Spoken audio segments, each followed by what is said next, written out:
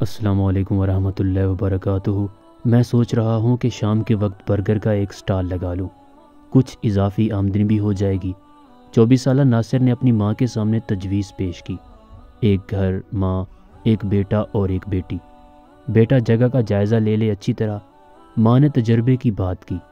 ناصر نے اتوار کا دن جائزہ لینے میں گزارا۔ مرکز میں تو بہت زیادہ برگر والے موجود تھے، کرایہ بھی زیادہ تھا اور جگہ بھی موجود نہ تھی۔ اس نے فیصلہ کیا کہ گھر کے قریب ہی آبادی میں موجود اتفاق ٹاؤن کی مارکیٹ میں سٹال لگائے گا۔ ایک سموسے والے سے بات کر لی اور 2000 ماہانہ کرایہ پر بات طے پہ آ گئی۔ بھاگم بھاگ سامان خریدا، ماں اور بہن کے ساتھ مل کر کباب بنانے کا کام شروع کیا۔ پہلے دن 12 کباب بنائے، قیمت مرکز سے 10 روپے کم رکھی۔ بہن نے مشورہ دیا کہ کباب میں میونیز بھی ڈالی جائیں تو ذائقہ زیادہ بہتر آئے گا۔ ماں اور بہن کی دعاؤں کے ساتھ چھوٹا سا کاروبار شروع کیا۔ ماں نے ایک وعدہ لیا کہ جماعت قضا نہیں کرنی۔ پہلے دن 6 برگر بکے۔ اسی طرح سلسلہ چل رہا تھا۔ جماعت سے 10 منٹ پہلے ناصر توا لپیٹ دیتا، انڈے کباب اور برگر سموسے والے کے پاس اندر رکھ دیتا اور جماعت کے لیے چلا جاتا۔ ارد گرد کے دکاندار حیرانی سے دیکھتے کہ ایسے کاروبار کیسے چلے گا۔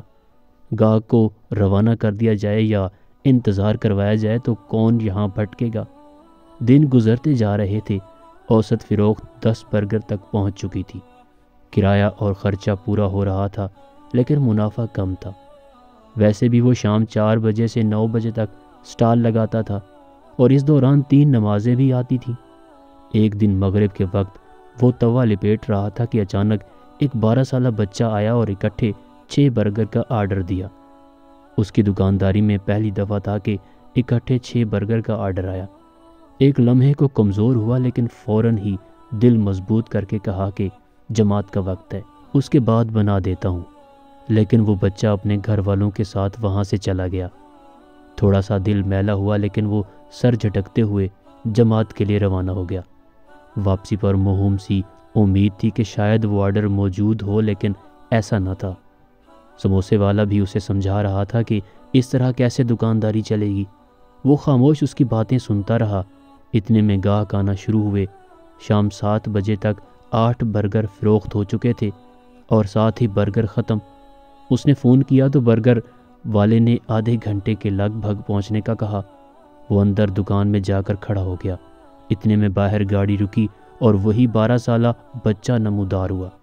اس کو دیکھ کر ہلکی سی خوشی ہوئی لیکن وہ خوشی برگر ختم ہونے کی وجہ سے تحلیل ہو گئی۔ اس دفعہ بچے نے 6 کی بجائے 10 برگر کا آرڈر دیا تھا۔ اس نے آدھے گھنٹے کا بتایا۔ بچہ واپس جانے ہی لگا تھا کہ اچانک برگر والا سوزوکی کیری ڈبہ دکان کے سامنے رک گیا۔ کہاں آدھا گھنٹہ اور کہاں فوری پہنچنا۔ ناصر کے چہرے پر ایک دلکش مسکراہٹ تیر گئی اور اس نے ایک عجیب توانائی محسوس کرتے ہوئے بچے کو آواز دی کہ گاڑی آ گئی ہے۔ اس کے توے پر پہلی دفعہ 10 برگر بن رہے تھے اور اس کی فروخت 20 برگر تک پہنچ چکی تھی، جبکہ عشاء کے بعد کا 1 گھنٹہ بھی باقی تھا۔ ارد گرد کے دکاندار اسے آتے جاتے کہہ رہے تھے، واہ جی واہ، آج تو رونق لگی ہوئی ہے، آج تو قسمت چمکی ہوئی ہے۔ اور وہ خوشی خوشی برگر بنا رہا تھا۔ ادھر برگر تیار، ادھر عشاء کی جماعت کا وقت قریب آ گیا اور ناصر توا لپیٹنے کے بعد ایک عجیب سکون اور طمانینت سے مسجد جانے کے لیے روانہ ہو گیا۔ وہ سوچ رہا تھا کہ بے شک روزی انسان کا ایسا پیچھا کرتی ہے جیسے موت، بس مثبت سمت میں محنت کی ضرورت ہے۔ ساتھ ہی اسے ماں کی کہی ہوئی بات یاد آ گئی، بیٹا سونے کا بھی فائدہ ہو رہا ہو لیکن اللہ کا حکم آ جائے تو وہ فائدہ چھوڑ دو۔ آج اس کا سٹال معیار اور ذائقے کی وجہ سے مشہور ہو چکا ہے۔